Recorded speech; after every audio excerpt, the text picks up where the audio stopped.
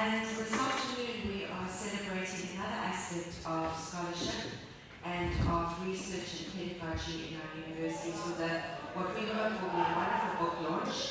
And instead of using the podium and doing a kind of formal lecture at you, which we think would be profoundly pedagogically hypocritical given the content of this book, we'd really like to make it much more interactive.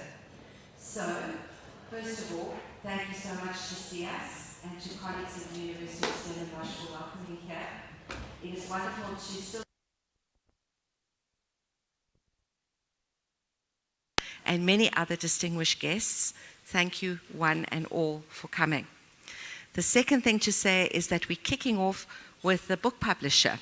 And I think that this is probably a moment, just before I introduce Dr. Francois van Schalkwyk, to say that if we didn't have book publishers that were brave and perhaps a bit crazy and very dedicated, then a lot of what the contents of this book speak to would just fall on deaf ears. So we're going to, yeah, there you are. Round of applause for book publishers. Thank you very much. I'm not going to speak for very long. I said earlier that I prefer to be in the background at launches. This is all about the authors and the editors and their celebration. But I will say just one quick word, a thought that I had, which is about the gestation period of this book. So I checked, and we received the manuscript on the 17th of August from, so it's that long ago. It's about 100 days, I think it works out to. And so I looked up the gestation period of our fellow mammals, and the closest I could find was a hyena. That's about 90 days. So I don't know, make that of what you will, publishers and hyenas. But of course, there was a lot of work that happened before that. I mean, I only got involved as publishers at a particular stage when Jonathan spoke to me about the book. And I should mention, Danie Visser is the editor. We've never met. So this is another reason to have book launches, is to meet the editors and some of the authors that I hope to meet later. But of course, there was a long process before. And I just made an assumption. Let's say it took a year of writing and planning and working. And if we add that to the days that I was involved, I looked up the gestation period of what was about 465 days. And that's a rhinoceros. So I don't know what that says about the editors, if we're the hyenas. But it makes for an interesting combination. Now, this is not a book that we would normally publish, in the sense that we normally publish scholarly books that have been through a peer review process. So, monographs, edited collections, and that sort of book. But I think this book fills a very important space. The point is made in the book itself in the introduction about the socialization process of becoming an academic. And that in an increasingly competitive university environment, maybe there's less of that support that we need, less of the guidance, less of the mentorship, etc. And I think this book is really needed in that regard. I've also said to Jonathan that I think this is just the first edition. I don't think this is a book that we can just publish and leave it at that. I think we look forward to your feedback, the feedback of other readers, to improve future editions. There are probably things that are missing, things that we've not realized. Well, the world changes and there are new challenges that emerge. So I'm also hoping that as a publisher there'll be future editions and future regatherings where we can discuss and celebrate this important book. Of course, I would have liked to have thanked Jonathan for trusting us, and Danie, of course. And Jonathan's not here, but I will when I get the chance to do that. But I really appreciate the faith that you've placed in us. And of course, I focused on the time it took. I mean, it's not all about speed. I mean, there are other important factors. The quality of the book, the design of the cover, all these things are equally important.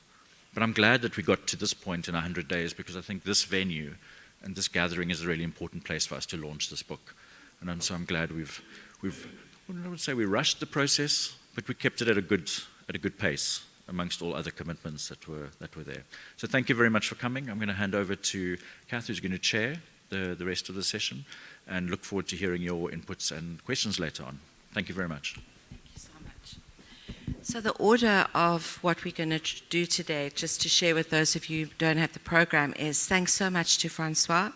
I'm Catherine, and the reason that I'm here, I'm an academic based at Wits in the health science faculty, but a historian, so I'm a cross-disciplinary person, historian of medicine, is that I was actually initially asked to contribute a chapter to the book, and I very quickly told Jonathan that I wouldn't be able to meet the deadline, but that I would be really interested in mobilizing the scholarship in this book inside of my own faculty. And the other reason that I'm here, so he said to me, well, then you'll have to help chair it.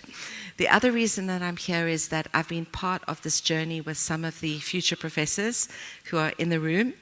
And we do believe that some of the chapters in this book have been nourished very specifically through learnings and conversations and interactions with all of you. And you will see that tribute that the opening essay gives to the kind of work and energy that you've all brought to this. So I'm so delighted to hear that Francois says this is an open-ended book. It has a back cover, but that's provisional, because in fact the next chapters will probably be added by some of the younger people in this room, our distinguished up-and-coming scholars. So we have 2 non-author respondents to the book first. I'm going to introduce him in a second. And then we have 3 of the people involved in the actual writing of the book speaking. One of them is an editor, sitting here, we're so happy. Unfortunately, Prof. Jansen couldn't be here too, but Prof. Visser will speak, and then 2 of the other chapter contributors. Then we'll have some time for questions from the floor and also from the online audience, and then we'll have a final wrap-up. So that's our order of play. I'm so delighted to introduce to those of you who don't know her, Professor Nuran Davids. It's my first time of meeting you in person, but I have read 2 of your published essays, which I have found tremendously provoking and also moving. I would say that Professor Davids is a philosopher of education. I'm not sure if that's the actual title of your job. And she focuses on, amongst other things, authentic learning, which is an extremely complex field to unpack, to know, and to understand, but it's something that we all yearn for. And one of the interventions, I would say, that she made in the field of education theory in the last few years is the question of friendship in teaching and in learning, which is an extraordinary and important field of human emotion and intellect to put on the table. And it's something that many people in this room hold very dear in our academic journeys. So we're so happy to have you responding, and you'll go first. But let me introduce a colleague sitting to her right. Dr. Jabulani Ngayana is an epidemiologist who is shooting up the stars. He is one of the young professor cohort.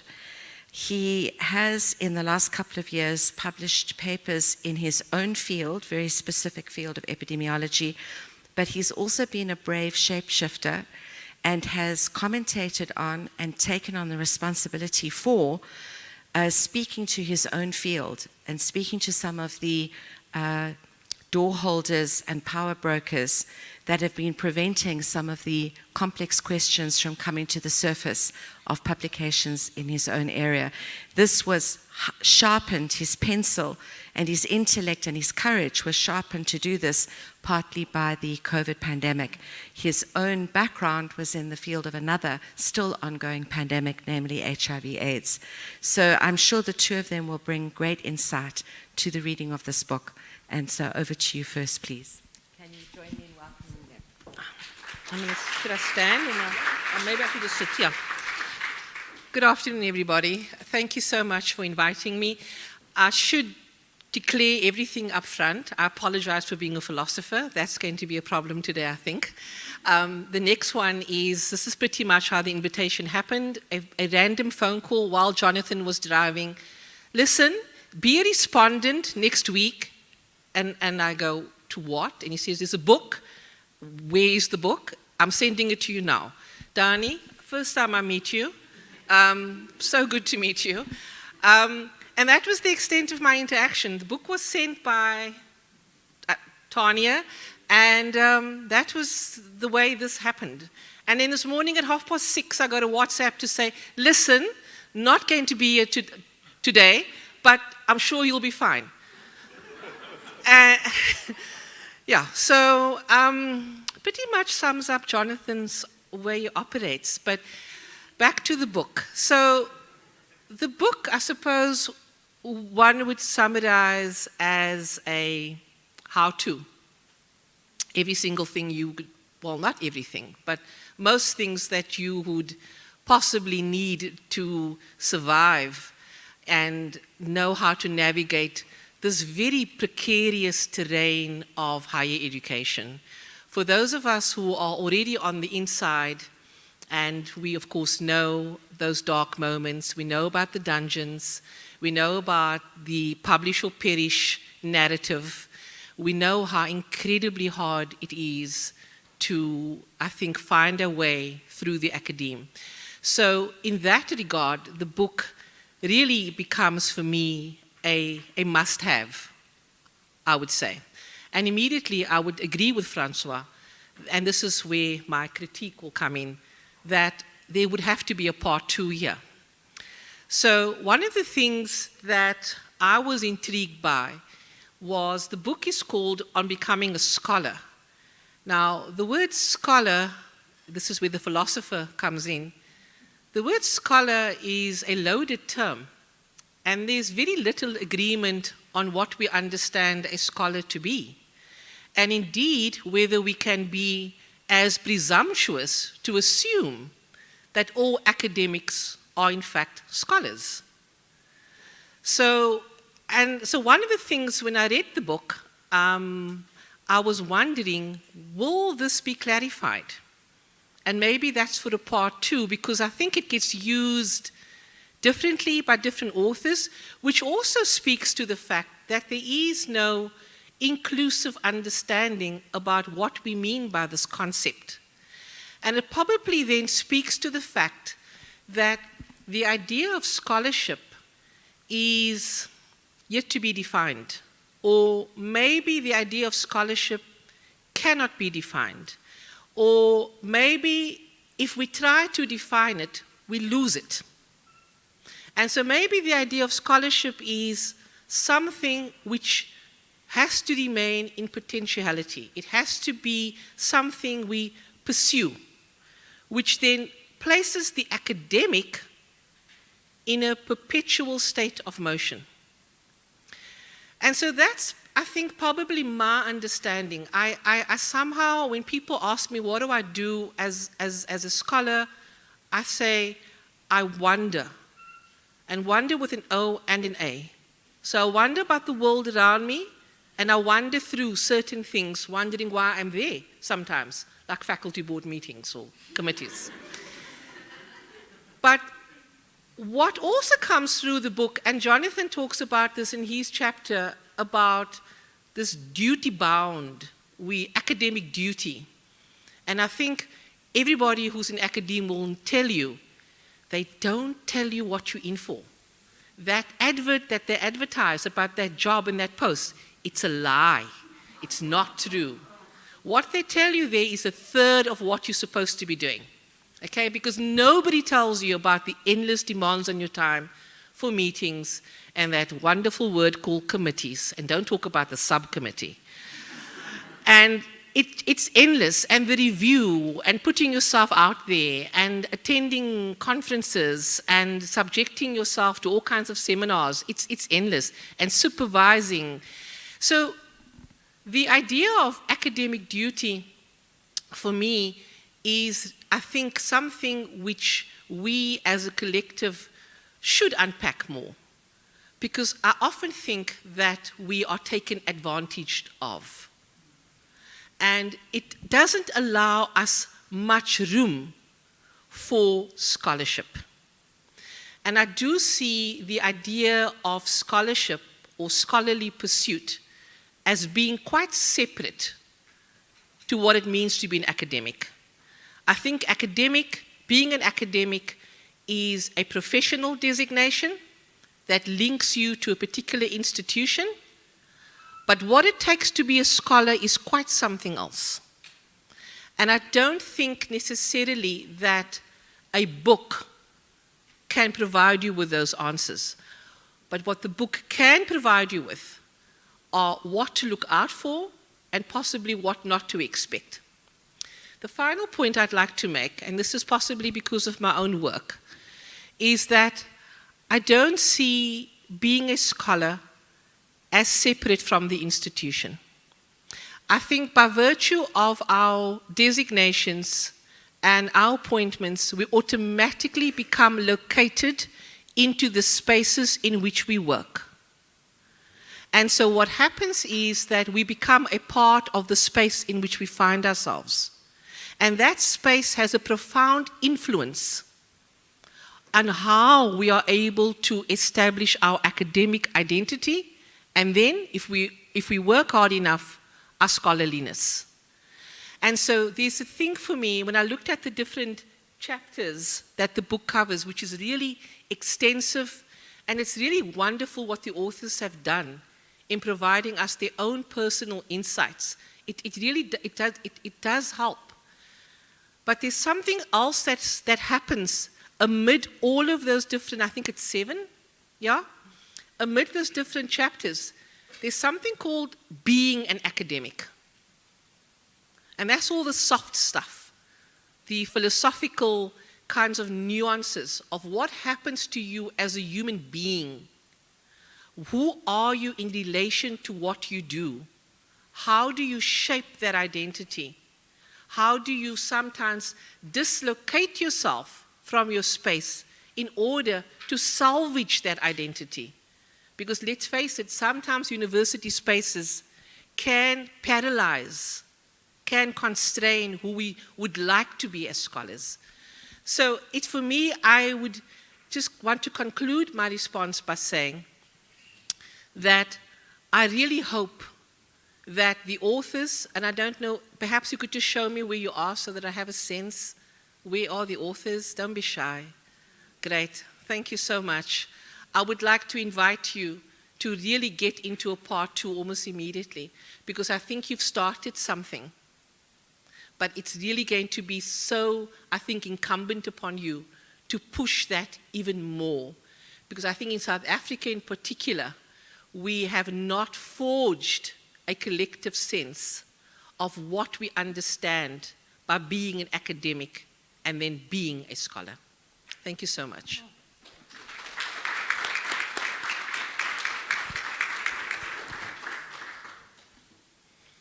Yeah, thanks, Prof. David. I ended up here in the same way. I got an email from Tanya saying Prof would like me to respond, and here's the text. And then there was another email say, oh, by the way, I also want you to read this other chapter I'm writing for another book. Yeah, so I found the book very helpful, and if I were to summarize it, I saw it as sort of a handbook or sort of a guide. And I wish I had this book when I started my academic career. And I think most of us who are here have sort of learned in a hard way and trial by error. And my hope, and I think the purpose of the book is actually helping someone in their early career to sort of navigate things that most, or if not all of us in this room have sort of learned the hard way.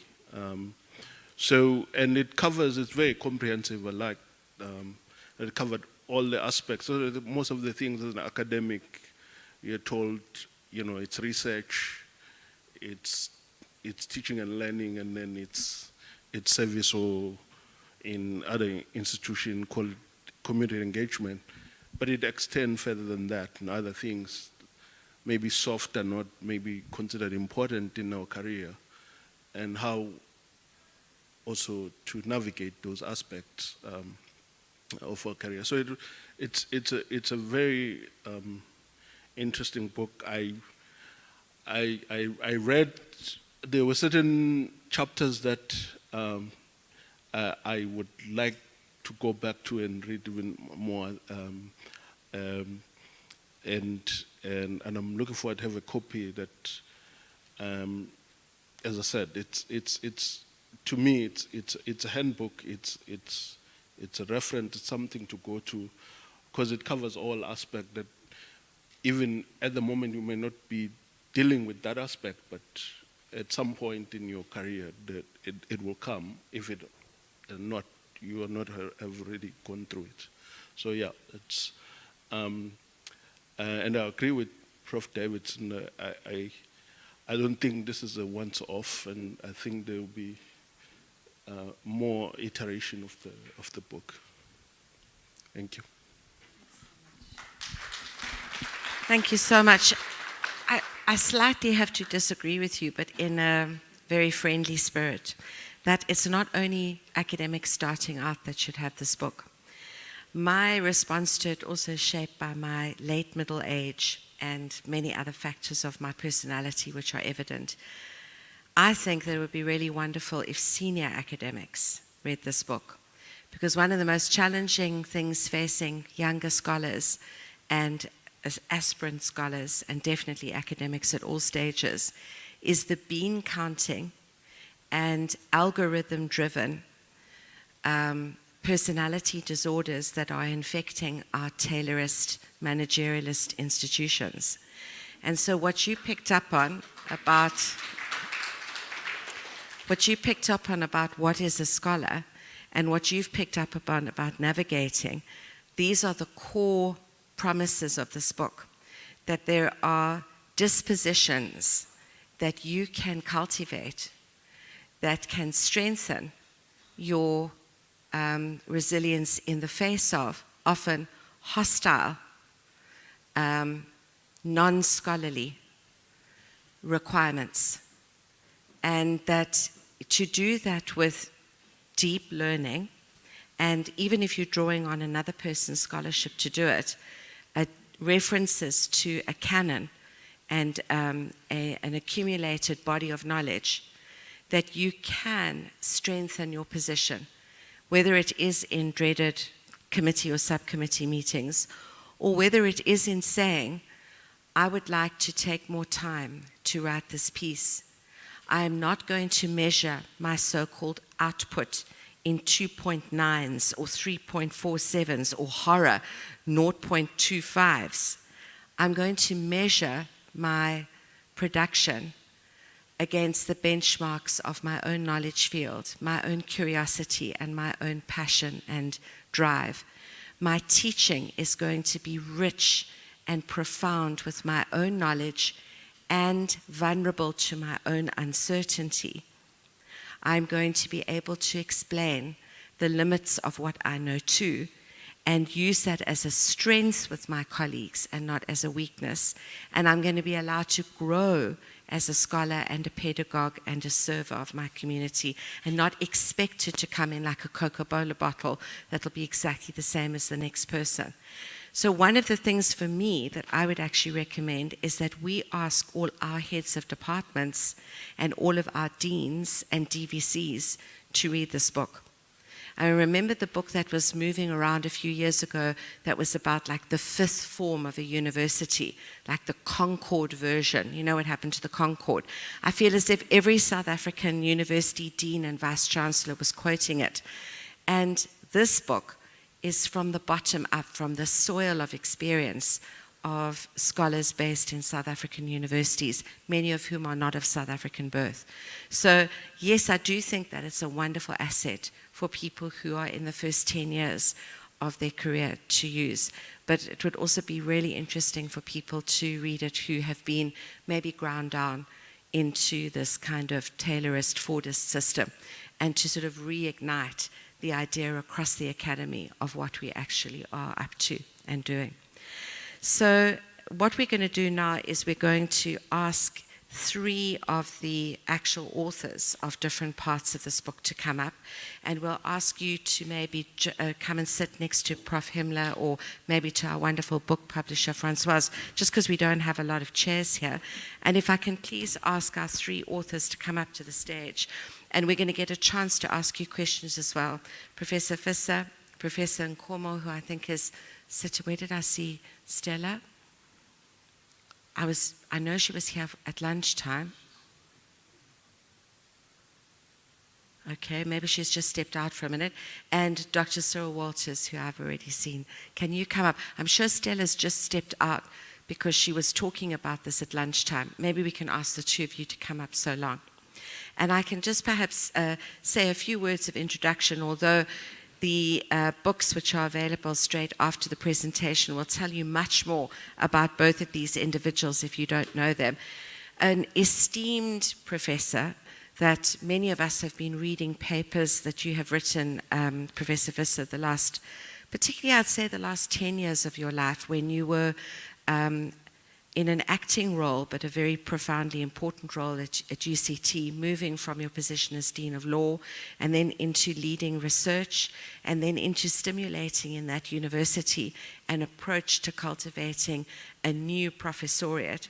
I think people at UCT, of course, but also many other universities began to read your work exactly in this intersecting space, even if we were not particularly involved in the world of private law or in university administration.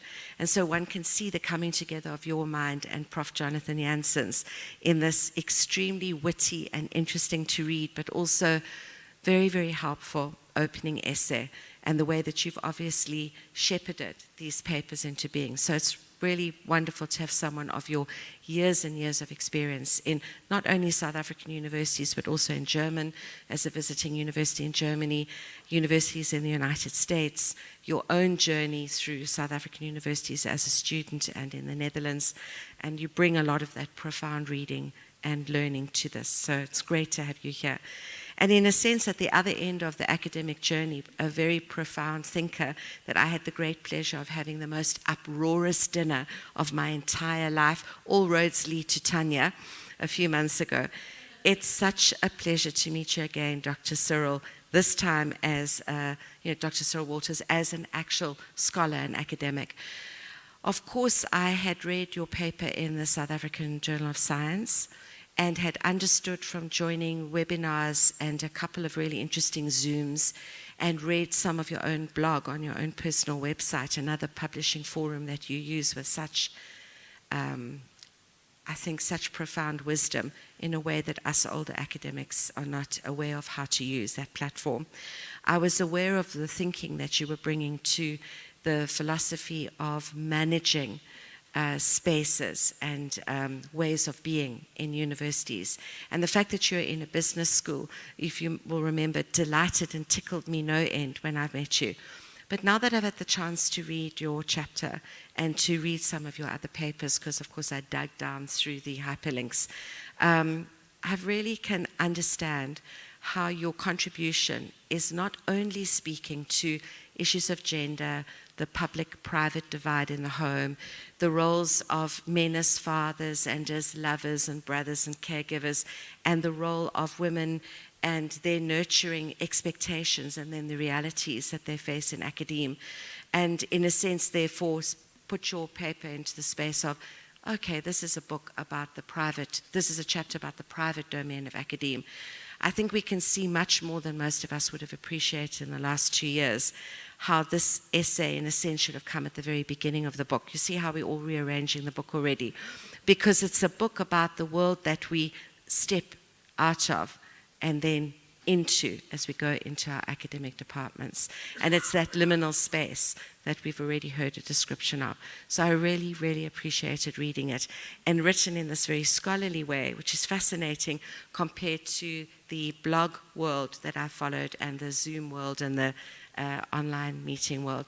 So I'm sure you can all agree with me that even though Stella hasn't joined us yet, that these two authors will be really, really interesting to hear about as we open up literally the front page of the book. Over to you. Thank you very much, Kath. So it's really wonderful to be here, and it's particularly wonderful that we can launch the book in the presence of the Fellows of the Future Professors Program, because I'm very sad that my younger brother, Jonathan, can't be here, but it is great that my very much younger sister or daughter, even though her real parents are also in the audience, can be here. And of course, all the other people that we've been involved with in the Future Professors Program, because of course, the real causa causans, the real reason for this book is, of course, the fellows in this particular program, because the fellows really inspired us to write this book. So I'm very grateful to Jonathan for being a part of this program and for being able to see the future of South African academic life in such a wonderfully positive way.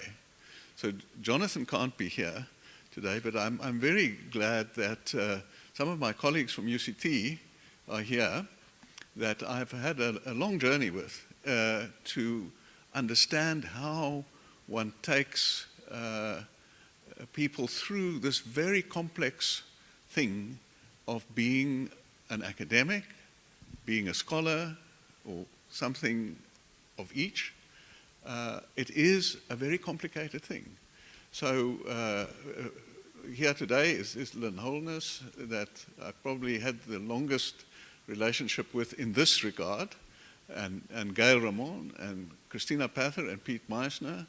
All of them have been part of my journey in understanding what it needs to be done, what can be done, and experimenting with how to take people through this landscape of being and becoming an academic and fulfilling one's promise and making academic life the best that it can be. So it's been really important for both Jonathan and myself to actually do this book so that something permanent will also come from our part in this project, because our part is not the only part in this project. The project goes on. This is phase 1 of the Future Professors Program. Phase 2 is with our colleagues in UJ, so it keeps on going, very fortunately. But it's important, it was important for us to also to leave something permanent. And I'm very grateful to Nuran and the others for suggesting that this is the beginning of a book that can evolve and do more and change with the times as life changes. Because of course one decides to put certain things in, and then later on you think, well, we should have perhaps had something else in, you know, so one might have had a chapter on social responsiveness, in which we don't, you know, so just as an example, and that we have realized that we should have this. So immediately there are the suggestions of what could come in the future as well. But I just want to say a few words about the people writing in the book, because as you will see, the authors write from a personal perspective, and that gives the book a great and deep richness, because people write from their own experiences, both the very experienced academics that we have and the newer academics who are talking to us from their experience in academia, which is not so long, but helps us understand and gives us better insight into exactly how complex a world this is. And so throughout the book, and we say a little bit about that in the introduction, we see that there are certain things that come through from all the authors, you know, that academic life is a shared life. It is a competitive world, but at the same time people exist because of one another, and people progress because people are generous with their time and because they are helped by others, and that inspires people in turn again to help others. So, but what we also wanted to impress upon everyone reading the book, and of course on the fellows of the Future Professors Program, is that one is part of a world which is not solely around where you are. So Nuran said one is created in a way by the location in which you are, and that is true. But one must also remember that the academic world has always been one where there has been exchanges across the world, and that is very important. So we also wanted to impress that one must not think in purely local terms. One must think of a calling, which is one which makes you a citizen of the world. And we've also tried, and we see that the different authors bring out the characteristics that are important in an academic life, in a scholarly life, that you must know yourself, that you must, in the first place, be true to yourself, that you must grow a thick skin, that you must also set high ambitions. You know, if you don't set high ambitions, then your achievements will only go as high as you set those ambitions. So the wonderful thing for me, when I've been involved in selecting the fellows of the Future Professors program, is to see just exactly how good the future looks for South Africa, because it's not often that one sees such a cross spectrum of the young talent in the country in one place. And you see all of them, and of course, all the CVs that we get on this program are great.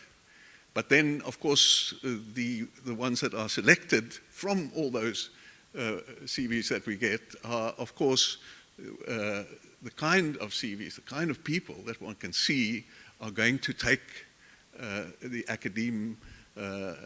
academic world of South Africa to high places. And so Jonathan and I have dedicated the book to you, to the future professors, but not also to the future professors in this room, but also all the other future professors who are not in this room but are going to carry the South African academic world forward. Thank you very much.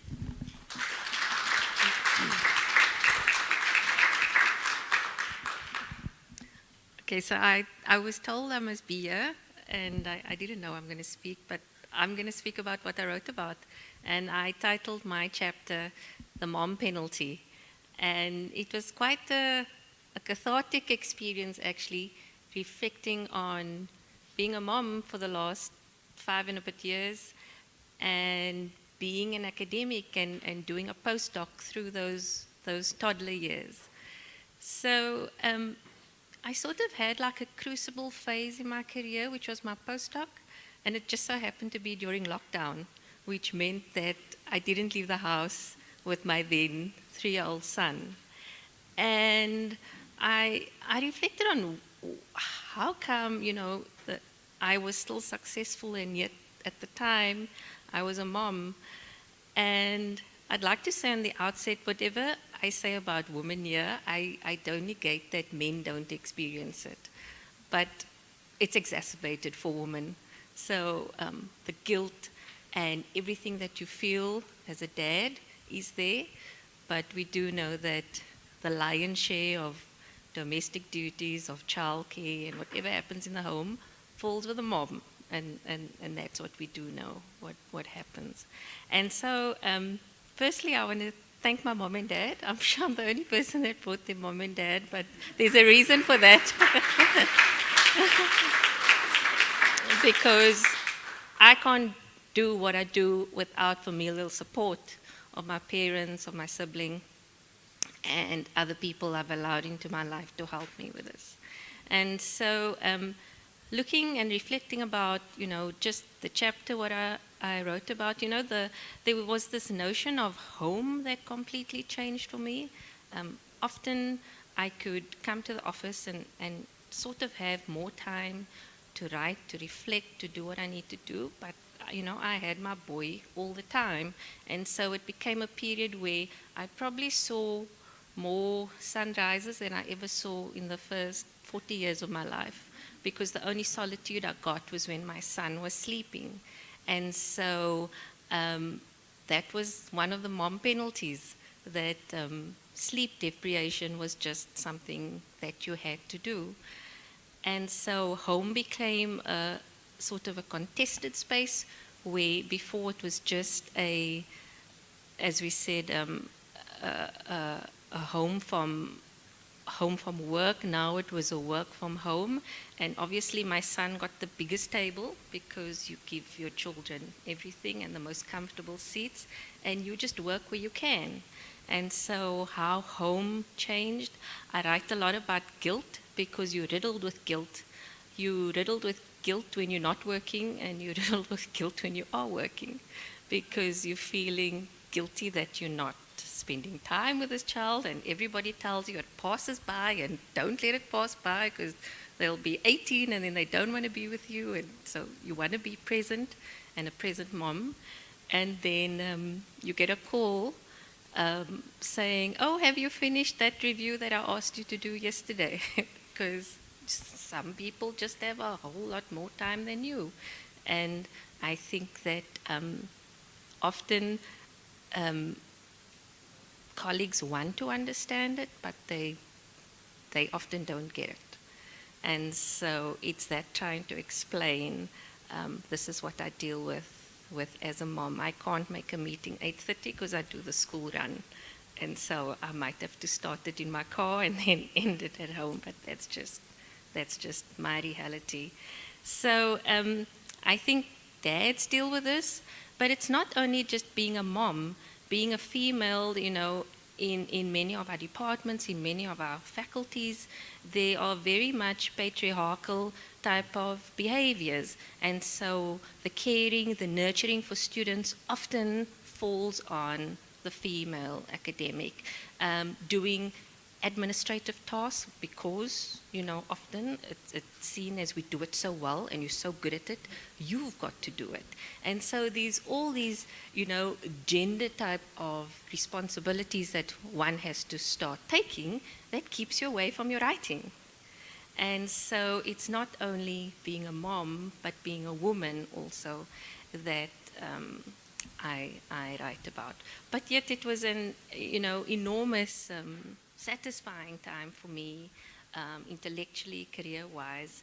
And I think that the reason that I've succeeded through that, you know, immense lockdown with a toddler was because he ultimately provided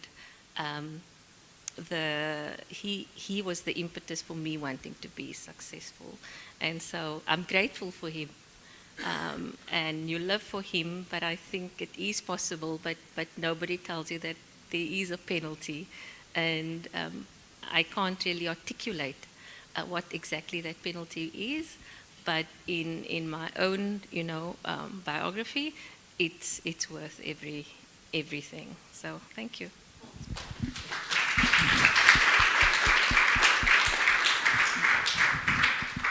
I'm so sorry to say that Stella's had an emergency and she might be able to make it, not something that involves a physical accident to her person. So we hope that she still will come. But one of the things that we were talking about at lunchtime, you know, she in a sense has the toughest chapter in a way, because she's asked to write a chapter on how to publish in high impact factor journals. And you can imagine, even before you've read the chapter, that this incredible intellect, this person who's been involved at the University of Pretoria, I think for nearly a decade now, trying to help that university think about research that is significant, not only research that is weighty in numbers, but in impact and importance, and nourish people, and use her discipline in human resource management and in management to get people to think about managing their research trajectory. So this is what Stella brings to the subject.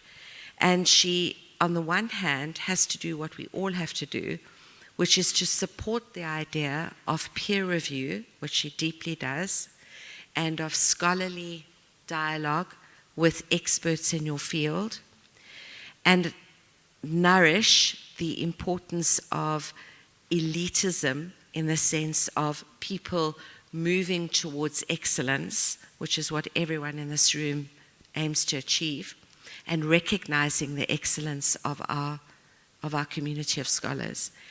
But at the same time of warning people about shortcuts, about slicing and dicing research into tinier and tinier compartments so that we stretch the publication arc, and of bad ethical publishing practices, which we see around us in these shark-infested waters, of people continuously citing a small group of their own network at the expense of their work reaching out and fundamentally changing the field.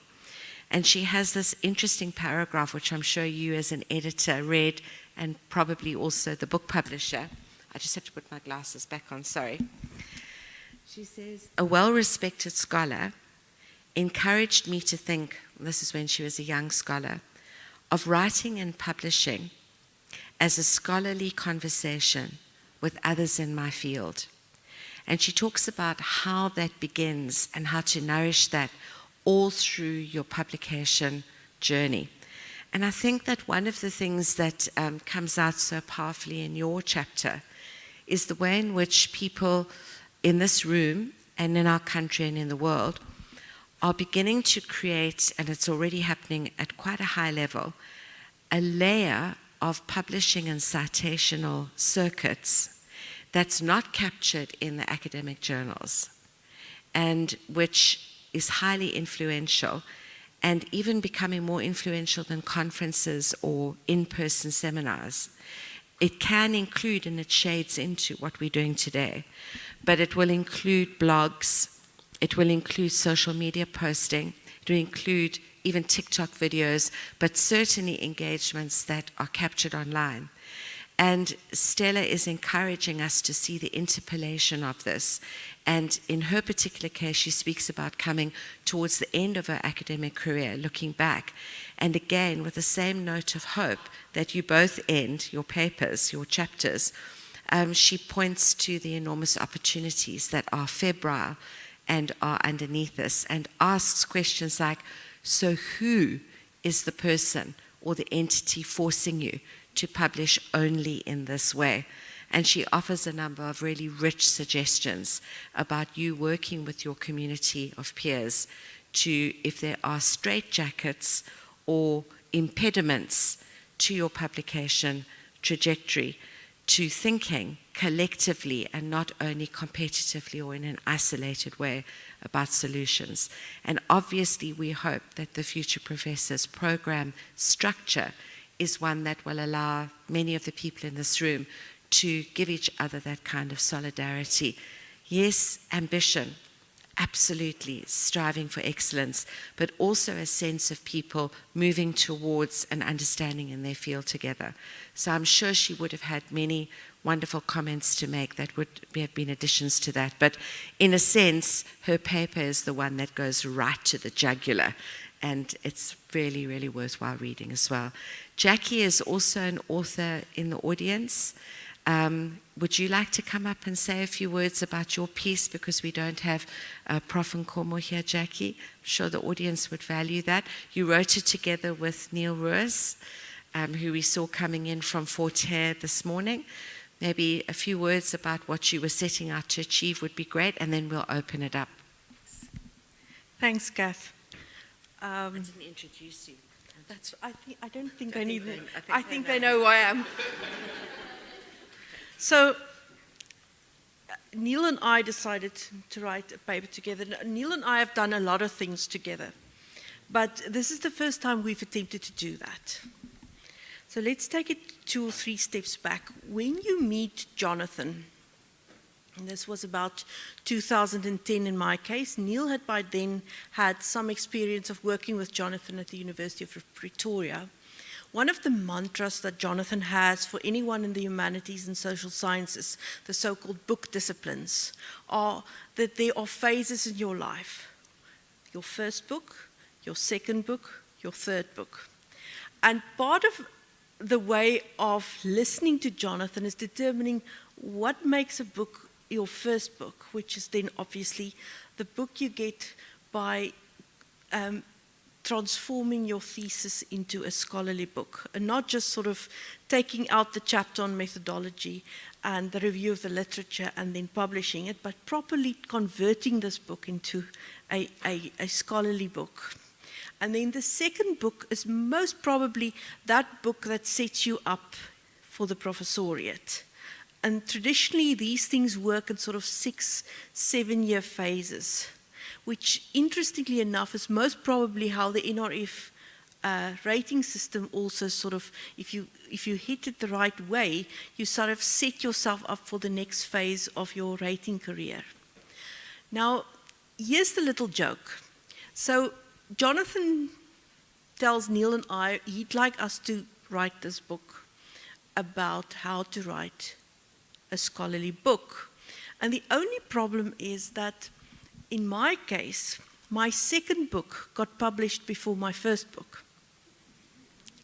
The thing being that what often happens with scholars is that we are not given good guidance on how to translate a thesis into a book. So what happened in my case is that I was in Canada at the time, had this really interesting side interest or query that I shared with a fellow student of mine, and we discovered this interesting archive of letters in the McGill library, which we thought we could translate into an article, but once we started working on it, it proved to be really interesting, and over 4 or 5 years, we actually got enough material out of it to publish this as a book. Now, this was clearly not on either of our PhD theses, and therefore had absolutely no relevance to what the NRF would tell you is the kind of focused understanding of staying within your lane and within your discipline. But it gave me another experience which I'd like to share with you, and that is something that humanities and social science scholars almost never have, and that is co-writing an article or a book. And the joy that scientists have who co-write with other authors and have this input and people making suggestions and thinking about things together, that us as humanities scholars, we do all this by ourselves, and it's a very sort of lonely enterprise in many ways. So Jason and I had the opportunity to publish that book, but what it in the end meant for my career was that my thesis was only published 11 years after I got my PhD, which is too long. Too much had to happen. So too much reworking had to be done in order to publish that, what was supposed to be my first book.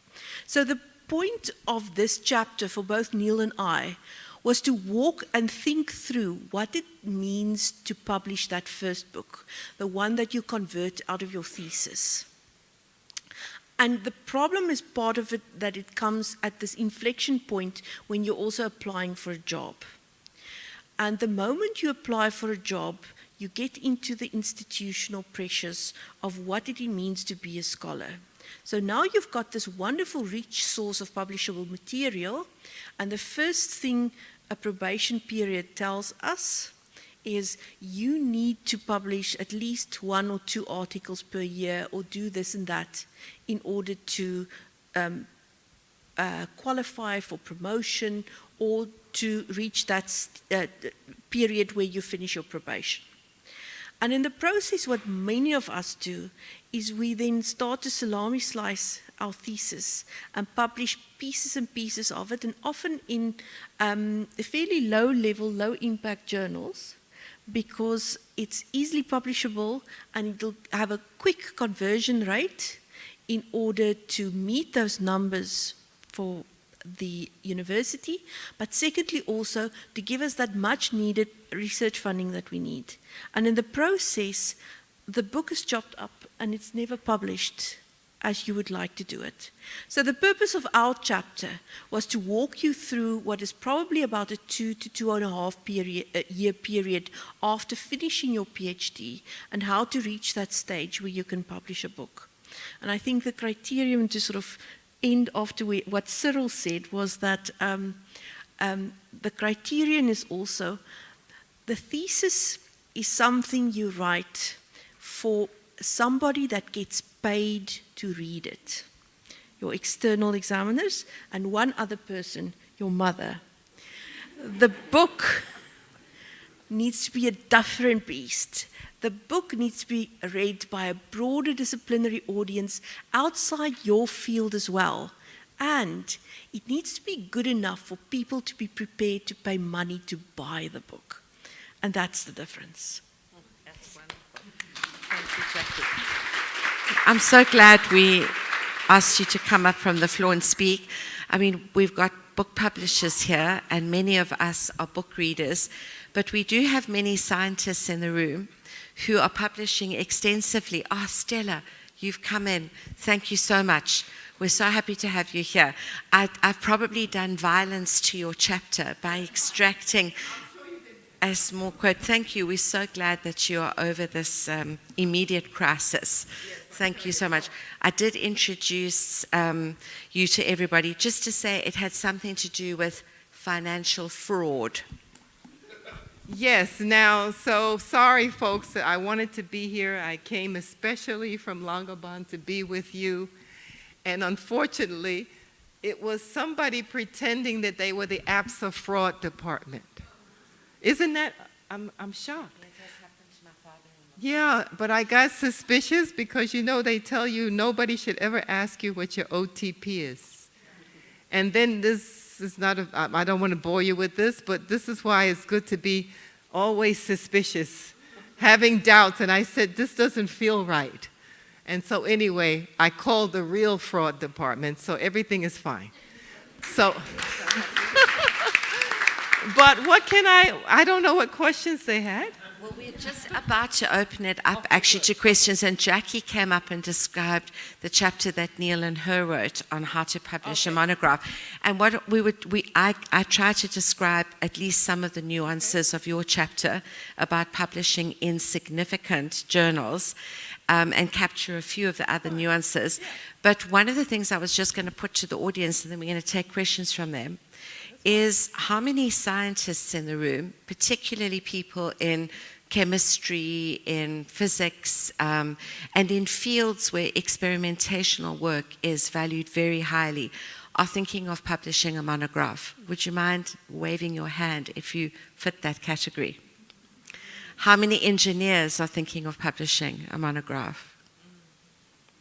How many biologists are thinking of publishing a monograph?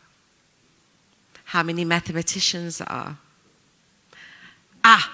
Now we're starting to see the hands coming up. People of Indian Ocean origin. And think of your own childhood and your movement into being a thinker and a person going to university, how important books were to you. So one of the things that the NRF has done in the last couple of years, you'll all know, this has been largely due, I think, to the enormous input from ASAF. And I'm not only accrediting persons such as yourself, Himla, there are others involved too. But it's been the movement towards valuing the book academic monograph at a much higher level than before, and recognizing that with more value in the point system of the NRF categories. So even though Jackie and Neil's chapter focuses on what might seem to many scientists an arcane area, book publishing, as opposed to your chapter, which everyone I know will and must read, on publishing in highly accredited journals, I would really encourage the scientists in the room and even challenge the scientists in the room to consider the possibility of writing a book in the next 5 to 10 years of your lives as well. Because one of the things that you say at the end of your chapter is that your research long outlives your life. And people will find it difficult to navigate the meaning and the context of tiny salami-sliced academic research 10, 20, 30, 40 years from now. But a book coordinates a field of knowledge and speaks to that, and that is a legacy that might be really powerful for many of you to consider. Do we have any questions that are coming in from the online group yet? No. Would anybody like to ask a question or to offer your own observation around scholarly life from the audience? And Stella, while people are thinking, there's a question, maybe you can also feel free to come in at any point. You've got another mic, okay. And would you mind introducing yourself? I'm sure many people know you, but just in case we don't. Thanks. My name is Louis Jonker. I'm from the University of Stellenbosch. Danie, forgive me for raising the point that we've discussed last night, and I don't want to put pressure on you to respond in any way, but to hear the other views. I would like to quote something that I've read last week in a newspaper, and I'm not deliberately not telling you who's the author, because I don't want this to be linked to one author or one university, because I think it's a general problem that we are facing in our university system, not only in South Africa, but I think wider than that. Successful universities need to be places where debate and deliberation are encouraged, not landscapes of fear where bullying goes uninvestigated and unpunished, morale drains away, and too many members of the university understandably retreat into silence. What would your advice be to future professors to navigate this landscape? How do you survive such a landscape, and how do you make a contribution so that successful universities can be places of debate and deliberation? Thank you for that question. Maybe we can actually, even though it's kind of addressed to Danie, ask Stella, whose entire academic career is based on trying to work out how to navigate that, to respond. Oh, wow, that's a good question, because it's easy to go with the status quo and to keep quiet. Of course, young scholars have to be, pragmatic, because you do need to get your degrees. And that happened to me early in my career when I was a young doctoral student. I'll just tell a story. A young doctoral student, and I wanted to study race and gender and how that determined whether or not you could be seen as a leader, and why aren't people who look like me considered to be leadership material. And I was told by the University of Massachusetts at Amherst, the Faculty of Management, that's not a worthy topic. You cannot study that, Stella. And so what do? So I thought about it, and I had gotten, it's a good school, and I thought, you know what? Live and fight another day. So I said, fine, I will do a quote-unquote acceptable mainstream topic, which I did. When I look at that work now, I can't believe I did it. I can hardly look at my thesis. And people who know me now don't believe that that's my work. There must have been somebody else who did it. But I did it because I knew in order to challenge the system, I needed some type of power. And the power was to have this PhD. But I tell you what I would say to you is that when I got my first position and I had finished my PhD, I said, now, use your pen and your knowledge to study what you really want to study. So all I'm saying is what I would call you have to be a tempered radical. A tempered radical. Because it's like if you are always barking, people will do what? Muffle you, right? So you have to be strategic in how you respond. And you can also do it kind of quietly. So the first opportunity I started writing about and researching what I knew I wanted to do. I think the second thing I would say to you as future professors, and I said this to somebody earlier, when you get a seat at that table, how are you going to use it? And I think many people strive for the individual excellence, and then all they do is repeat the very behaviors, the bullying and condescending and going with the status quo instead of asking why. How can we do it differently? I know that is a long answer, but it's a temperate kind of radicalism, and knowing when to be strategic and to challenge. That's what I would say. I don't know what you would add. Yeah, so I think that's an excellent answer. Pick your fights. Pick your fights. So, university is a political space, and the one thing is that one must have a plan. So part of your life as an academic is, as I said, and that also comes out in all the authors in the book, is that you must be true to yourself. And so it's all right to wait to speak when you will have the most effect. So in my chapter on when to apply for promotion, I say that you might be in a university and you look for the rules and regulations for promotion and you don't find them. And so I had an opportunity to look at South African universities' promotion rules. And I found some very prominent universities that don't have rules. So it's a gift in the power of some group or person.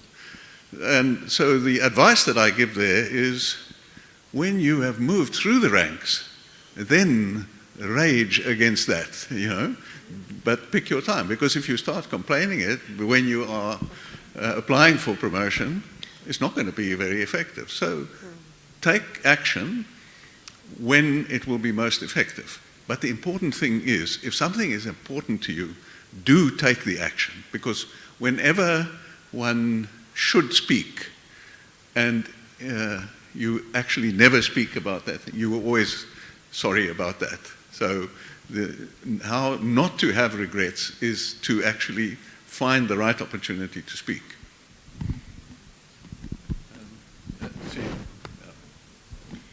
I thought that you might want to add something to that about how you find the bravery and the courage, but also the temperate radical pragmatism. It's a very, very complex space to hold. I mean, a concept that's out there in the world a lot around being an ally, an older word is solidarity.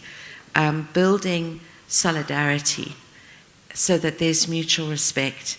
One of the conversations at lunch with Prof. Gurnia and his wonderful partner, Denise de Sejairo, I think I'm saying her Portuguese surname correctly, and you were also at the table with us, and a retired professor from UKZN who's at the NRF was at the table. We were talking about bullying in a slightly different way than what you've raised, but I suppose skeptical solidarity. How do you remain collegial, supportive, and in solidarity with colleagues some of whose ideas you don't agree with, but who you're in the same formation with and need to model not only good collegial behaviors for some kind of show, but because that is what it is to be a human on earth and to transform society, rather than people screaming at each other in a public sphere or shutting each other down. And how complex that is in a society that has inherited so many hierarchies of class and gender, of sexual orientation, of religious difference, of party political difference. And it was so interesting to hear people such as Prof. Gurnia, who's been through these different phases in his own academic journey, largely in the UK, but with lots of connections back to Dar es Salaam, to Tanzanian and East African universities in the Caribbean. And he's also been watching South Africa. He's been visiting here. I think he's come here 4 times now. And he says he sees this level of intolerance very high amongst younger students that he teaches here. He feels it in the United Kingdom. And he thinks that one of the reasons for this is younger people's sense of betrayal from the generation before. And in South Africa, this feeling that so little has structurally changed compared to what people dreamed of. And then this climate catastrophe and global military industrial crisis, which makes many young people feel very precarious about their futures. And so there's a kind of end of world feeling. He gave a very philosophical answer. And that end of world feeling he called millenarianism. the feeling the world is coming to an end, which creates a kind of fervor and a moral agenda, which comes from lots of the end of centuries, fin de siècle, he called it the end of a century, the end of a time. And it makes people intolerant, vexatious, and furious. And that is very difficult to balance with the kind of history of the kind of liberal space of civility and of cosmopolitanism of a university. So it was very interesting listening to Prof. Gurnier's response to a similar question. So it'll be interesting to see if other people have got questions like that. Any other follow-ups? Or a completely different question? Yes. Okay, do you want to make it first? And please tell us if there's an online one. Yeah. Okay. Thanks very much for this very engaging discussion. I've just browsed through the book very, very quickly just to look at the titles of the papers. And I pardon me if I haven't seen it properly. I think young researchers today are placed in a very difficult environment of scholarship. We have this kind of swinging pendulum of changing the goalposts every single time. And I feel very sorry for young people having to apply for rating, having to apply for grants, and all of these sorts of things, because we have a very strong focus on redress of equity, which I'm not saying is a bad thing. I think it is necessary.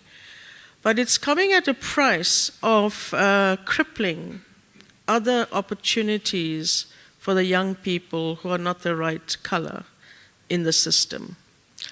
And I say this because I was part and parcel of the academy starting up on the SciAS, the Young Academy of Science. And I saw the swing of the acceptance for membership that took. And I was, because I was the younger person on the council at the time, asked to help oversee that. And there were many, many worthy candidates who never ever got into the system. Similarly, when I look at people applying through the NRF system currently for financial support, it is also crippling.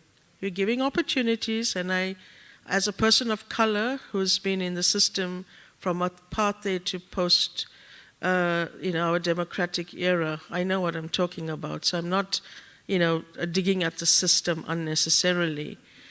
But I find that young people today have it very hard. And I'm not sure if that has been addressed. I mean, I like the topics about how you become a scholar and all of that. But how are you niched and equipped to deal with this changing goalpost? So that is my question that I'd like to address to the panel and to anybody who's prepared to take that. In light of what I'm saying, I'm not trying to bring in racial innuendos, etc., but from my position as the executive officer for the Academy of Science of South Africa, and having transitioned from a very lucrative bench exercise of being a scientist in a laboratory, in a system that I had to work with to promote the mentorship work that I was doing and promotion of postgrads. It's not a very easy system. Okay, Hemla, I'm glad you asked that question. I think it's very pertinent. We are asking our young emerging scholars to walk on water. We are. The bar gets higher and higher. The way I thought about it, in terms of when I was Deputy Dean for Research and Postgraduate Studies at UP, most of the time if people came for research support, I couldn't help them. Or they're drowning in the teaching, or they needed resources. They would say, we have no money. They need to apply to the NRF or apply for this, and it's not enough for everybody. So yes, I used to say to my dean, you want champagne, but you're only giving people money for beer. you know, or you're asking for them to do it all by themselves, sort of pull yourself up by your own bootstraps, you know. We even do that to our doctoral students. We give them no support often to carry out their research. And so the problem with the book, I'll critique the book myself. It's a good book, but like many things, when you are the other or you're in the marginalized position, sometimes too much of this stuff is about what you must do. We need to think about how must the structures of the big systems here that drive research, you know, the funding, what we're even asking people to do, the structures of our university. So, you know, I do a lot of research about women and what they deal with in organizations. And there was a book, I didn't like the title, but I think it captures what we expect those who are excluded to do. The title of the book was that women should do more leaning in. That women had to figure out how to contort themselves to fit into this pre-existing system. It's just a long way to say, I agree with you. We're, you know, even the FFP, you know, how many people are we really impacting? So the structural changes in the whole way that we think about research, academia, access, opportunity. How should your junior colleagues in the lower ranks, we think they should get all the teaching load, that they must build up their own cost center? What about not just saying, I'm going to put 200,000 rands into your cost center to give you a boost? We expect them to find their own money. So I agree with you. We haven't looked at the other side of enabling people to become a scholar. And I don't know what we do about that. But if we don't do that, then we're putting the entire burden upon this young academic who then must walk on water and produce outstanding stuff. So it's not enough. It's a scarcity model. So I agree with you. Yeah, that we need to look at the other side of the coin. So this book is about what you must do. There's probably another book, and people have written about it. What do our universities need to do? What does the government need to do? That's my thought. Yeah, so I agree with that assessment. I think on the one hand, what does the government need to do? If you look at the amounts that other countries across the world put into research, then we are very far behind in realizing the power in enabling the country that is to be found in science. So there is a lot of talk around that, but the political will to put the huge amount of money that is necessary to really make us competitive is not there. So that is the one thing. So I've just heard now that there's a huge debate in Germany because money is being taken out of the research system because Germany has to make that money available for the war in Ukraine. And academics are very unhappy that money that can go for research is used to further a war, you see. So, but if you see how much there is in the system in the first place, then what we do and compared to what China, for instance, puts into their research system from their GDP is staggering. When you so that is the important question that all of us have to continue asking and pushing the government, because governments put money where the pressure makes them put the money. So that is, and it's a very complicated thing to get governments to spend on research, because it is always a long-term argument that you're getting into.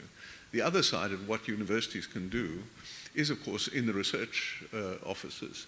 And there it is again pressurizing the university and itself to put the money into those resources, because in many areas no university or government can provide enough money to do the research that is necessary. So in the health sciences, the amounts are so staggering that you have to get the money from somewhere else, but you have to know how to get it. And therefore, if you have the resources in the research office, so that's Gail's, Ramon's chapter in the book, how to leverage your research office. But of course, the staff will be leveraging the research office, but what is available in the research office, that is the responsibility of the university. So if they have those resources that help people to say, this is how you get your NRF rating, we are going to help you to prepare yourself, not only filling in the form, but getting yourself ready to be there. And we are going to help you to, by telling you exactly what does the NIH want when they look at a grant proposal. And that is, I think, a very important thing that should be prioritized in the future. Hi, Himla. I just want to come back to a comment that Danie made earlier about, we in a political game. And there has been a shift in universities, and that's because I think the notion of politics has changed the world over. It's become so bipartisan, and universities have become much more political. Our student bodies have become much more political. The way we put our SRCs together is totally different than we did 20 years ago. And so the system is very much, I think, entrenched in politics. But then what I see is the interpretations of a white paper on something like employment equity is completely different across universities. And I think there's where we still have power, is in that interpretation. We're currently looking at the experiences of African scholars in the South African Academy. Many universities employ African scholars. There's certain universities that refuse to even shortlist African scholars. And that's an interpretation of a white paper. And so I think we can, at that level, still, even though we're in a system, and systemically it's so hard to change things. When you want to stand up for things that are wrong in interpretation, there is still space for that, institutionally. Yeah.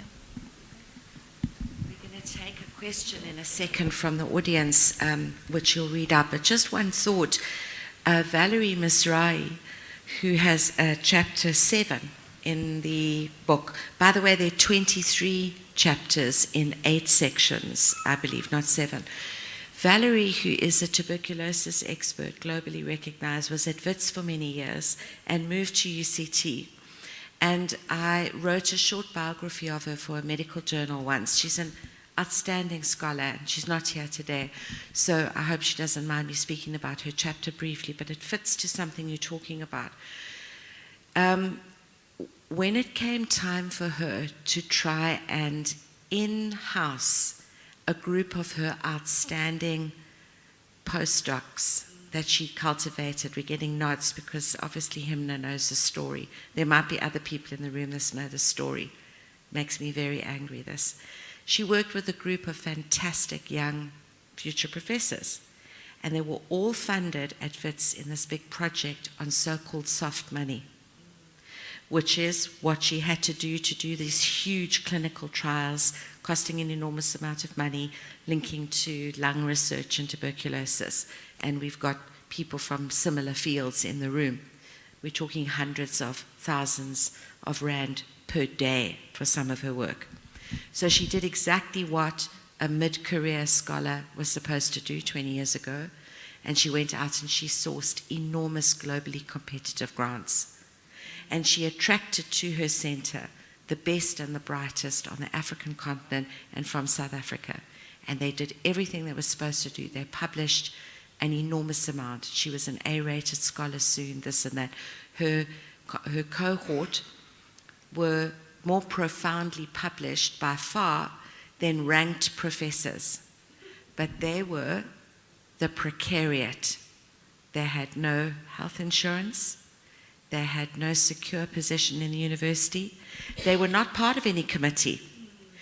On the one hand, they'd never had to go to a committee or subcommittee. But on the other hand, they supervised without recognition. They were not able to be part of this esprit de corps of the university. They could not help interpret policy, and they were on continuous 3 or 5 year contracts. So she went to bat for them, to use a cricketing metaphor. She put everything into it, and she said, this group of young people are a completely new demography than were in this field of clinical science. You have to make them part of the university. And for whatever reasons, the university I'm a part of said, can't do. So she walked away from WITS, and she came to UCT. But we know from talking to Professor Karen Barnes, who came to speak to us at one of our writing retreats, she's a global rock star in malaria science. She faces the same problem at UCT. So that goes to the question of how are posts created at universities? How are people hired? How are job descriptions written up? How does the council and the Senate and different faculties think about resources? And if you think of how much money Wits University earned from the labor of those people over 10 years, not one of them were insourced, if we can use that word, from the labor world. So one of the things that she was invited to do, in which she puts her sharp pen to paper, is, okay, this is the situation we're in. How do we make soft money work for the early career scholar? Again, a very powerful and important piece that she's written here. So though she's not here, she's addressing many of the subjects that you are bringing up around inclusion and exclusion.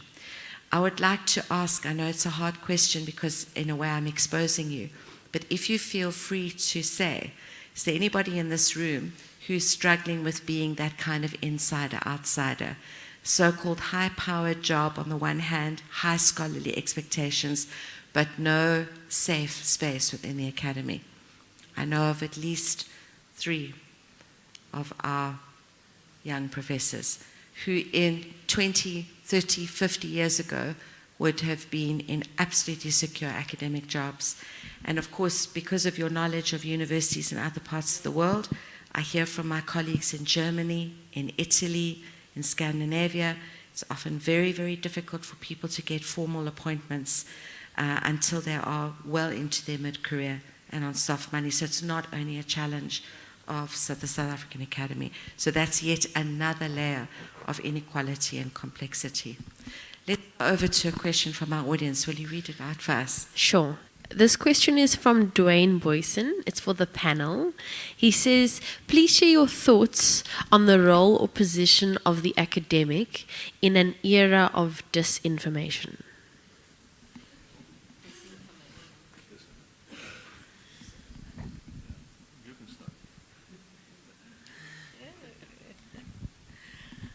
I think we always have a role because our role is to be critical. And so when information comes our way, one has to gather up, where is it coming from? What is the reason, I'm reading? Let me see and hear the other side. So I think, it's natural to critique everything that comes your way.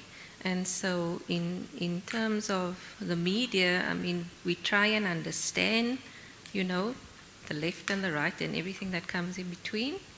But I think, even when we put our thoughts out there, we know that our own science is not values-free, that our own biases and our own objectives and history all comes into the science. So I think just to create awareness that even science, we saw it with COVID, you have an opinion and you find an epidemiologist that agrees with you. That's what people did, and so they trust scientists. And so I think we even see it's more divisive in a lot of the sciences where people fit in. And so your job is to constantly question and critique information, and that's what we're supposed to be doing. Yeah, so I think it's one of the great challenges of the modern world is to isolate the valuable insights from everything that is out there. So when Elon Musk has now taken over Twitter, I mean, one of the points of debate is how much regulation is needed and do people want? Because the assumption of Musk is that the world needs a completely unregulated Twitter. But in fact, that is not what the world needs. And there is, of course, many other platforms and so on that are successful, even though they are quite regulated. So the thing is to find that balance between suppressing legitimate thought on the one hand, to avoid doing that, but on the other hand, not unleashing a torrent of racism and nonsense and to be overwhelmed by that. And that's a very difficult thing, you know. So the older people like me grew up in a world where it was hard to find knowledge. You had to sit in dusty, between dusty tomes in libraries that brought on your asthma, and to just find the knowledge. And now the knowledge is thrown at you, and the real trick is to sort out what is valuable and what is nonsense. And that is something that the world has not come to grip with. And I don't know what the answer is to the question. All that I know is that is something that the academy and the rest of the world is one of the great challenges that we have to sort out. I think, you know, where we can have good influence is really to embrace the idea of helping those we educate to think critically and to respect knowledge and science. And we have that opportunity in our classrooms. What do you have on your syllabus? What do you have on your course? Are you having them read and really debate the issues? And I like when Professor Grunow said there should be dialogue to help their thinking, to be able to judge, wow, this is nonsense. This makes more sense, for them to appreciate that there is something called evidence and science. So I think where we have a lot of power, we have a lot of power more than we think in terms of when we're in our classrooms and how we engage with the material and the material that we use in our classes. And so that we can, you know, not people believe, I saw this on YouTube, I had some, it was on YouTube, so it must be correct. No, that's not a good source. You know, it's amazing how many people don't understand how you get something on YouTube and how to figure out who is this person saying he's an authority. You know, I had students, I'm teaching qualitative methodology, and they said, oh yeah, Prof, there was this guy on YouTube who was explaining, who? Did he write anything? Does he have you know, go to Google Scholar and look him up. Has he written other stuff? And so I think we have a lot that we can do in that little purview of our classrooms to get people to think critically about what they're reading and what they're seeing. I think we don't do enough of that. And sometimes we worry about, I have to be objective. And that's a whole nother discussion. But at least teach people themselves how to think critically, helping them what that process is. We have to wrap up soon, and I'd love to give you an opportunity to speak. But just before we do, and I can feel that this is such a stimulating question that people are getting more and more fervent ideas about it. But could we please take that one point from there and maybe one more from the audience? Even if we can't fully respond to it, let's just get your voices out. I think there was somebody near the back. Aha, okay. Maybe just, oh, didn't you have your hand up? Yes. Did you give her the mic? Yeah. And then after you, we'll take 2 or 3 more. Just get voices in. Thank you very much, and thank you for this extremely timely book. I want to come back to the topic on becoming a scholar. So the simple question, and then I'll give context on my question. The simple question is there an expiry date on becoming a scholar? Prof. Stella knows me. So the reason I'm asking that is I loved your comment right at the beginning. So I'm an anti-ageist. I believe if you do things that make you come alive, age just pass. So you're always in line with your mission and purpose. So I crossed over to this academic world quite late in my career. I love this book because it's kind of giving me the step-by-step on how to progress, how to become a scholar. I'm reading another book, The Engaged Scholar, which kind of talks to that question earlier, how to take our voice in a broader engagement.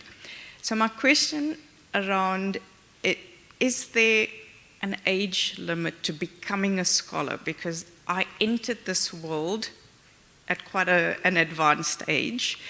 I hijacked Prof. Stella and said, please, you'll be my mentor, because the system doesn't provide mentorship.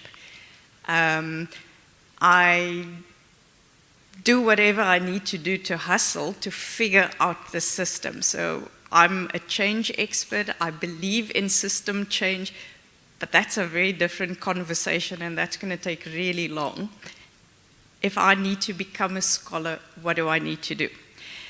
One of the early conversations Prof. Stella and I had, so I joined formal academia 2 years ago during COVID, and as with brilliant, because we keep using the word young scholars or young academia, so I'm not young.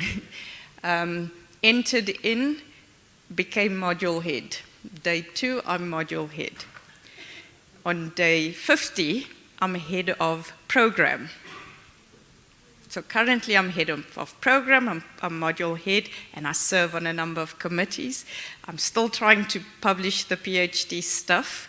Never mind the book. Never mind the book. I haven't even thought about I need to do a book. One of the, no funding. By the way, the other means is the international office. I'm attending AFM next year thanks to the international office. So one of the conversations we had was the NRF route, which I think is a little bit late at this stage. There's even an age limit on NRF requirements. I've passed that. So the question I have is, should it be everybody's aspirations? I love what I'm doing. I love becoming part of this. I think I have value to add. Would love to become this thing called a scholar. But is there an expiry date to say you could realistically become a professor or become an academic? Or, no, it's a little too late. That's a very interesting question. And I think I've been guilty of using the word young a few times. I apologize. Yeah.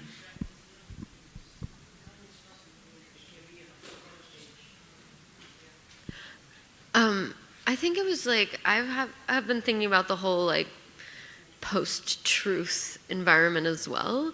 And I think, Prof. Stella, you talked a lot about it, because I don't think it's as much about, I think we're able to distinguish what's fact or fiction because we've learned to grow up like that. And one of my biggest things in teaching that I struggle really, I think, I came out of like a very hippie high school, and so that's what we were taught. But with South African students, I do see that they're really stuck and they want to know what I want to hear from them, and I'm like, I don't care, I know what I think, I want you to tell me what you think. But I think even outside of that environment, and let's say like outside of people who even go to university, one of the big struggles I have is like making an impact in an environment where knowledge is almost not just ignored, but kind of rejected. Like you are seen as whatever the ivory tower person, and people don't think that you can relate, and in that way they reject your information. And I think like you said, Professor, about the fact that we can get so much information, like previously only certain people could get that information, so you saw them as the expert. Now people think they can get information in all these different spaces, and I just find it really difficult outside of the academic world to like have an impact where people trust anything I have to say. And so yeah, I guess, I don't know if it's a comment or a question, but like how to get around that, I'm finding really difficult to navigate. I do some consulting for the government, and any research we bring to them that's slightly critical, they just completely reject. And I find that really difficult because it's like they're giving us money to do this work, but they don't want to hear anything that we have to say about it because, you know, we're too up there in the clouds with our academic lingo and whatever. So I don't know. I just find that really difficult in this like post-truth environment. So it feels as if the mistrust is coming from the top down and from the bottom up. One more question at the back there, Margaret, I think. We'll try and pull this all together in a minute, which will be a miracle, and you're welcome to join us too, Francois. Okay, thank you. So my name is Margaret Danie. I'm from here, Stellenbosch. I think my question follows on from her question and something that was spoken about. You mentioned penalty in terms of being an academic. And I hope I can articulate this. When I look at that title, I look at becoming a scholar, what every academic needs to know.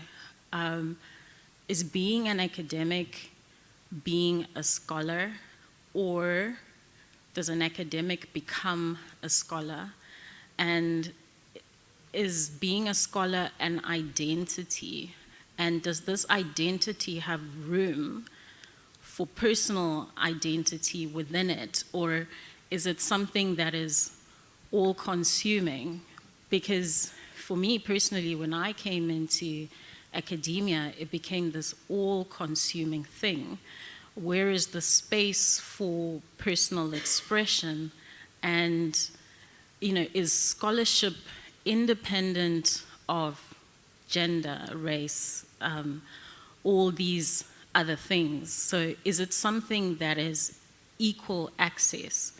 But the reality of it is that there are penalties in academia, and the example that came out is if you become a mother, there's going to be a penalty that you are going to pay. And no one actually says this. So I don't know if it's in the book. If it's in the book, I will absolutely celebrate it because it's not written anywhere.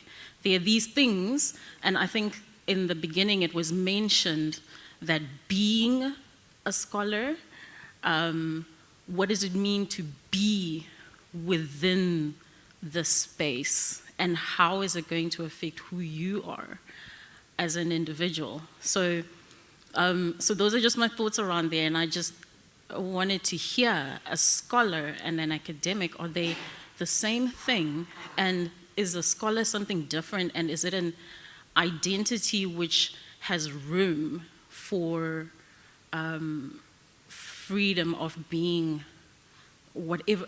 Does it have freedom of expression that will come from the fact that we are all individuals? Yeah, thanks. Wow, very searching and complex questions. There's one from the online audience, and then I think we're going to have to ask for the very difficult work of stitching together and respecting a response to these really rich questions. Will you mind reading it out? Sure. So this question is from Sonwabo Ngilwane. Sorry if I mispronounced that. And the question is, how do academics leverage the opportunities created by COVID-19 to play a meaningful role in society by drawing on their expertise to address intractable challenges? It's like a question for the whole world, isn't it? But what a good question. Yeah, just before I hand over to our panel, maybe we can just go through the panel and just to have your reflections rather than answers to these questions. One thing that I thought would be perhaps interesting in response to Margaret, but also the other two questions, is that there are these performative contradictions where we are modeling or asking ourselves to model a particular trajectory around trust, veracity, truth, excellence.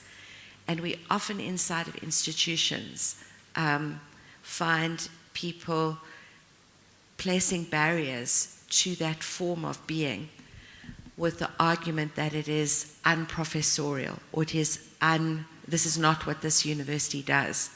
And that, I think, is a kind of crisis of confidence that early career academics and later in career academics could find more common ground around.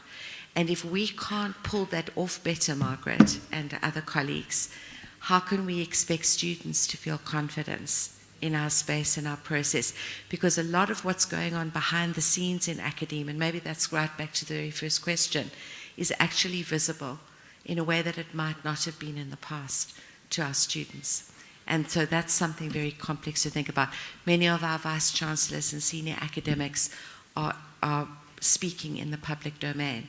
And so that adds another level of complex confusion around modeling behaviors and being the future that we say we want to see. So I really respect you for bringing that up too, but there is a whole chapter on some of the things that you're addressing in here. So over to our esteemed guests and writers. Would you like to come up, Jabu? You're okay to just allow our... Okay, fine. If you want to say anything from the floor, let me hand over. I'm going to be very quick. I want to talk about the identity piece. And if you listen to Professor Grunow, I don't think that there's this partition in anything you do. We don't leave our identities at a doorstep when we enter a space. And so, yes, your identity is part and important to you being a good scholar. Because if you do not bring your authentic self, you will not be a great scholar. And I always say to my doctoral students, they don't quite understand it in the beginning. It's not a matter of, like in my chapter, I talk about it, some people think I have to figure out the research I'm going to focus on by looking for a gap. And I don't tell my students to start there. I tell them, start with what matters to you. What is something that you want the answer to more than anything else? And so your identity is a whole thing. It's not something you can partition. I'm sorry. My research has a lot to do with who I am, how I do it, how I think truth can be found if there's such a thing as truth. So, and then the other issue is this thing, when we hear the word scholar, like what does it mean to be a scholar? Well, it means to be that you're interested in knowledge, you want to have in-depth understanding about a phenomenon, so you're always becoming a scholar because knowledge doesn't stand still. I use this phrase, we do have some professors who have died on the vine. Yes. Where they're not engaging with, things are always moving. Knowledge is fluid. So if you're always in the process of trying to become a scholar, there's new questions, there's new methodologies. So if you're not doing that, then you are falling out of that. You see? So think about that. It's becoming, not I've become, let me stop. And we see that, unfortunately. So I think that's an important thing. In terms of, is there an age limit? No, and we apologize for implying that. The young does not prefer to chronological age. It's where you're entering the conversation. So in a way, formally entering into knowledge, producing knowledge and sharing with others, the big, when you debut, your big debut is when you hand in that thesis. You've now joined this conversation. So we're talking about that. So yes, there's no age limit, and we're happy to have you. There's still a lot more you can add to the world. So no, it's not a number. So I couldn't have said it better. Wonderful.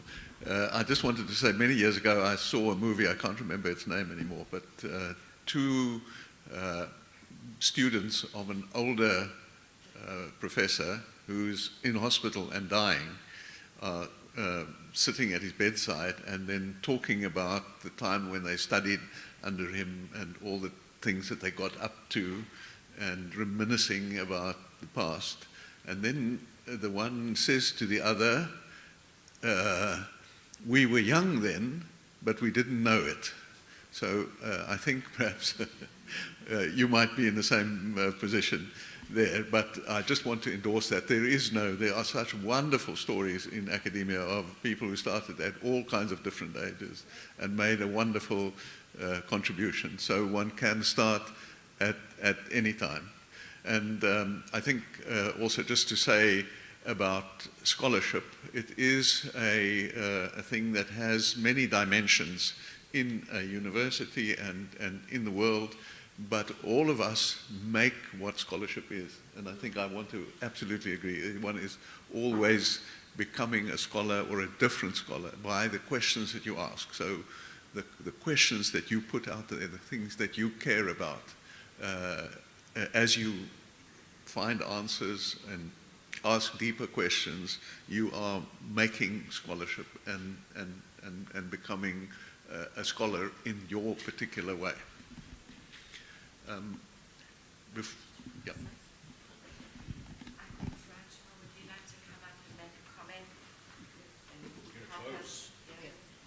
We're going to close. Thank you very much. I've been sitting there thinking three things. I have to remember three things, and I have to try and remember what they are. First, we haven't said much about the book and its availability, and you might assume that you have to buy the book and that it's only available if you pay for it. That's not true. You can help yourself to books here, and it came up earlier. Some people are not part of this program that might benefit from the book, so if you have colleagues, please take a copy for them. The book is open access, so it's available online. We've made it available by chapter, so please distribute your work as widely as you can to support other scholars in the field.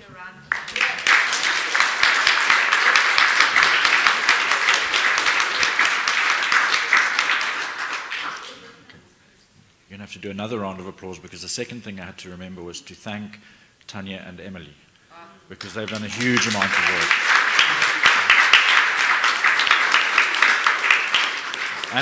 And Kim, yeah. All I had to do was drop off the books yesterday, and the rest just happened magically. That's really, really wonderful. And then following on from that, I'm not tying up, I'm sorry, this is all procedural, instructional things. I've been told that you have to go to the stoep, is that right?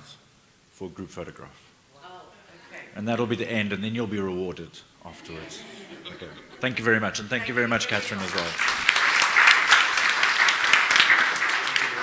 Thank you so much, audience. And do you want to have one?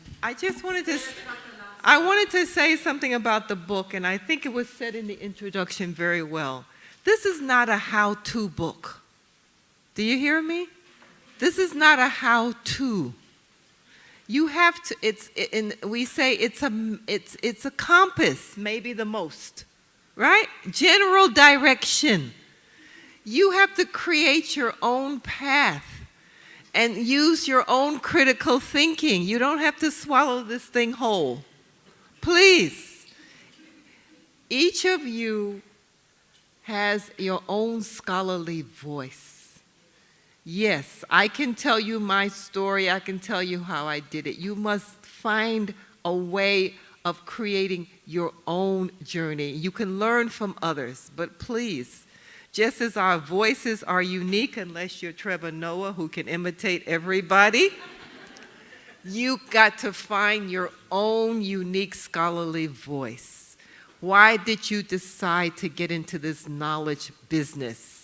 Why do I want to do this? What matters? And what can I contribute to the scholarly conversation going on in my field in order to enable a better world? And please don't talk about your research as outputs, please. I know DHET loves that, but get that out of your head. You're not producing widgets. Seriously, I don't think about my research that way. You saw how Professor Granoon talked about his research. He didn't say I did 5 books, I did 10 of this. He talked about a body of knowledge.